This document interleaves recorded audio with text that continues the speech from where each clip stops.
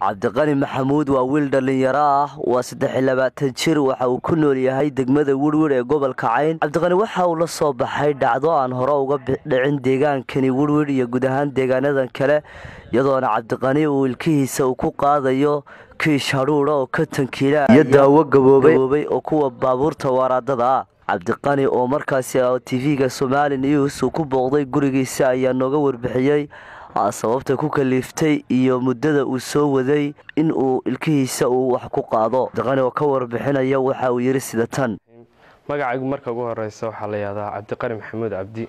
Arrimaha dhacdooyinka ayaan wax ka qabanayaa inaan soo bandhigo. Marka ugu horeysa Ilaahay baan u mahadcelinayaa, marka xigta TV-ga Somali News baan u mahadcelinayaa oo aad iyo aad degmooyinka Wirwir iyo nawaaxigeedaba aad uga shaqeeya. annagana na soo booqday oo maxaan sheegay gurigeyga igu soo booqday maanta. Cabdiqani wuxuu ilkihiisan uu ku qaadayaa haruur maxay tahay aad afarta fool ugu qaadayso culays ka inta leeg?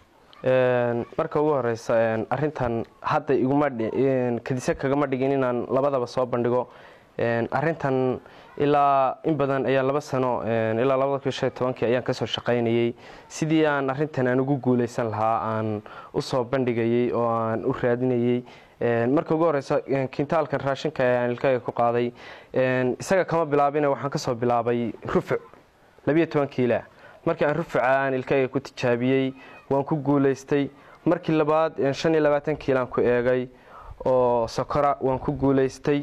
markii saddexaad waxaan ku tijaabiyay 50 kiilo oo sokora waan ku guuleystay. waan wada tijaabiyay raashimada 50ga 50 kiilo haruur baa ugu cuslaaday. haruurkii ayaan soo bandhigay oo aan dhacdooyinka aan doonayay inaan la aado hadda ku soo bandhigay.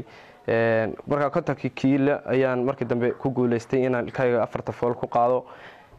daawahana sidaas oo kale isagana daawo yaro waxaan sheegay sugsugida gaariga loo yaqaan ama xaajiyada ayaan marka hore oo ka fudud oo shaytaan la ayaan ilkayga ku tijaabiyay waan ku guuleystay. markii dambe daawayaasha waaweyn ee waraadada sida skrooyinka oo kala ayaan damcayna ku qaado waan ku guuleystay. daawahaas ugu cuslaaday daawayaasha kale hadar aad magaalada yaala isagiina waan ku tijaabiyay. daawo ugu cuslaam noqday ma miisaamin laakiin waa daawo ugu culus daawayaasha dadku say yaqaaniin. marka darteed baan isagana ugu tijaabiyay aan ugu guuleystay labadaba. waa tahay ilkahan aad ku qaadayso miisaanka culayska inta leeg miisaan wax ku yeeleen oo dhibaato aysan kugu keenin? maye niyo wax isbedel iskuma arag. dadku waxay leeyihiin isbedel iyo aad ku xanuunsanaysaa iyo meel baa ku go'aysiin waxa anu wax isbedel ilaa hadda iskuma hayo. tijaabadana inaan ku guuleystana walbaan inta aan u soo waday haddana waan ku guuleystay. arrimo ka badan oo kale waxaan rabaa insha Allah inaan soo bandhigo haddii Ilaahay ka dhigo. waa tahay ilkaha kugu qabanaya raashinka waa la gartay jawaanku ilkaha uu galaya laakiin seebu birto ilkahaga u qabata? horta waa farsamo waxaan farsamo qof ka farsamo badan yahay la yimaada. horta marka ugu horeysa xagga xooga xagga xooga waan adeegsanayaa.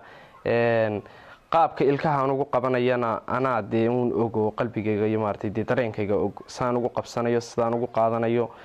isna waan qaabkayga uun baa soo bandhigay waan ku guuleystay isagana inaan qabo. qof walba horta hamigiisa isaga og laakiin anu sidaan qabo arrintan inaysan isku dayi karin baan qabaa. waayo haybada Ilaahay qof walba uu saaraa. waxa weeye anu dhalinyarada waxaan oran lahaa ama bulshada dhalinyarada ilaa laaginaysan isku dayin arrintan anigu sidaan kulay qabo inaysan isku dayi karin.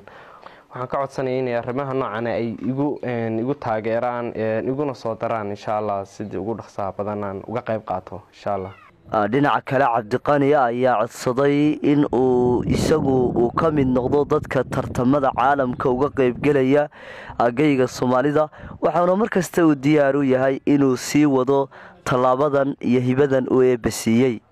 Sikriya Maxamed Ciise Wadani, wararka telefishinka Somali News, Wirwir.